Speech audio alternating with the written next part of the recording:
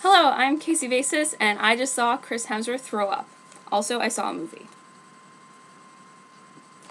Rush is a Ron Howard film about the rise and rivalry of Formula One race car drivers Niki Lauda and James Hunt.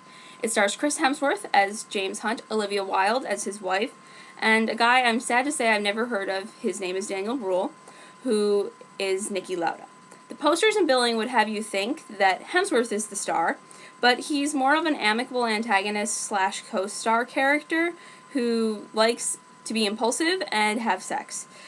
This film primarily is following Lauda's narrative, and Hunt just tends to run as more of a parallel.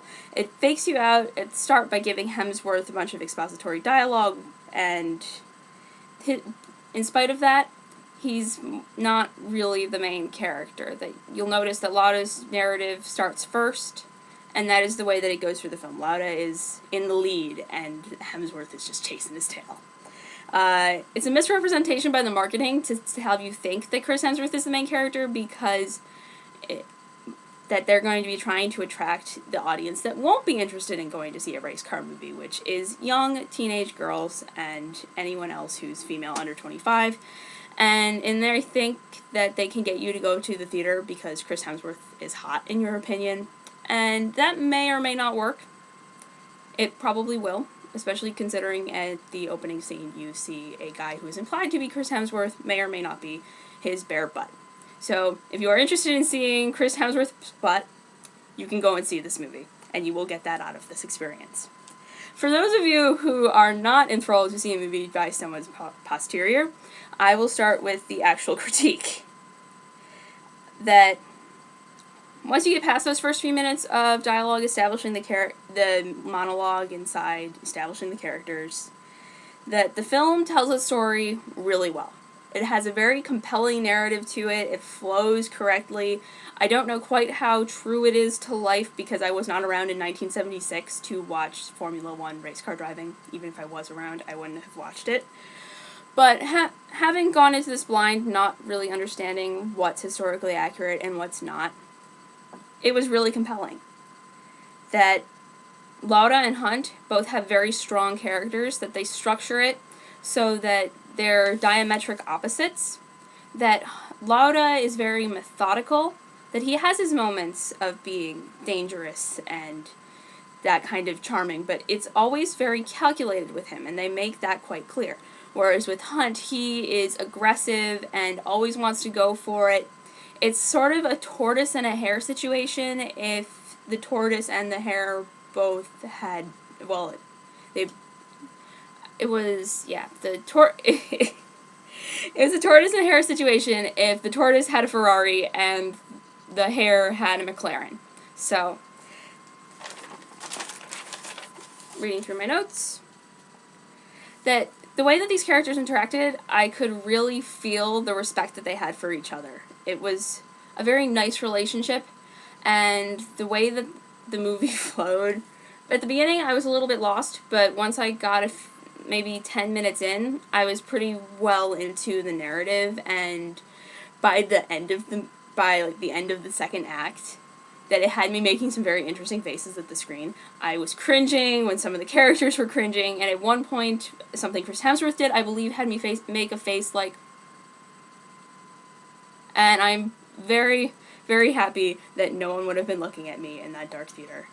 But, yeah. All of that said, this movie did have some issues. Mostly the problems I took with this film had to do with editing and cinematography.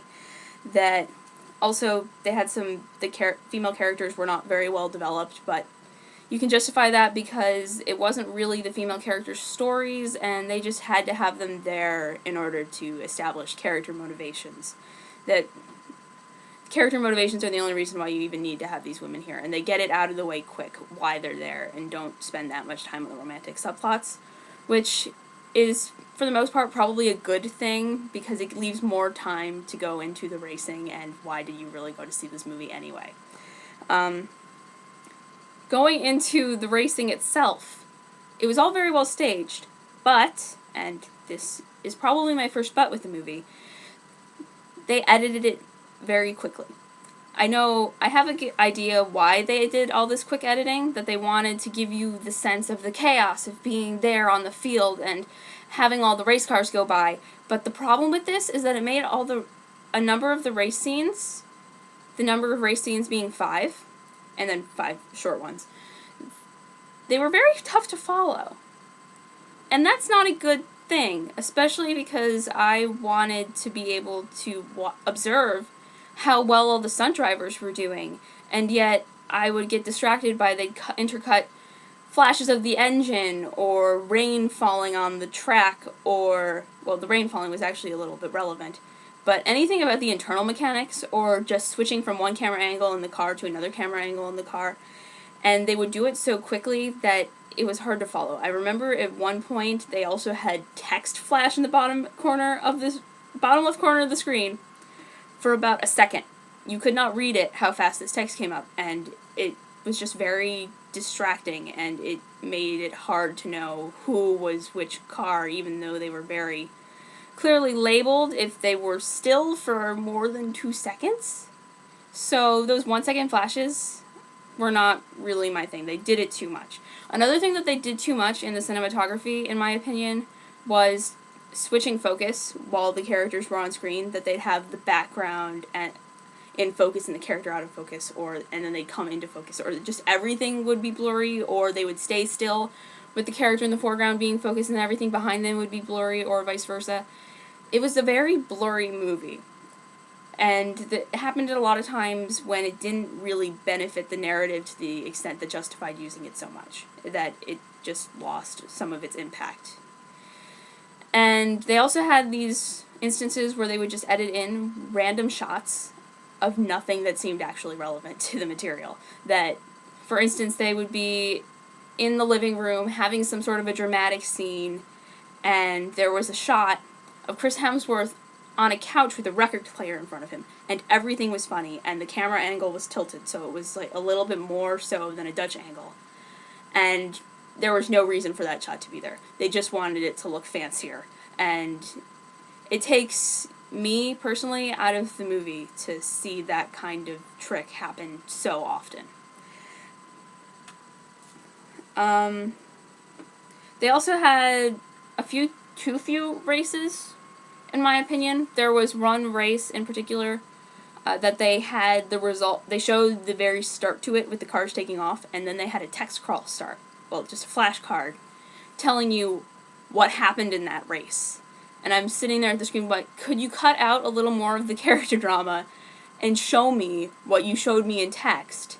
Because the text sounded pretty cool. I mean, did they run out of budget and they weren't able to shoot it and just had to put it in the text because it's important to the narrative that it was established? That was a shame. And so, yeah. Just my last page of notes. Yeah, I'm down to the bottom line. That's most of my thoughts on the movies, that I would give this movie a 3 out of 4 stars, which in my rankings means that I really enjoyed watching the movie once, but I have no need to ever see this movie again. That I'm not going to go out and buy it, and when I recommend it to someone, they have to go by themselves to go see this.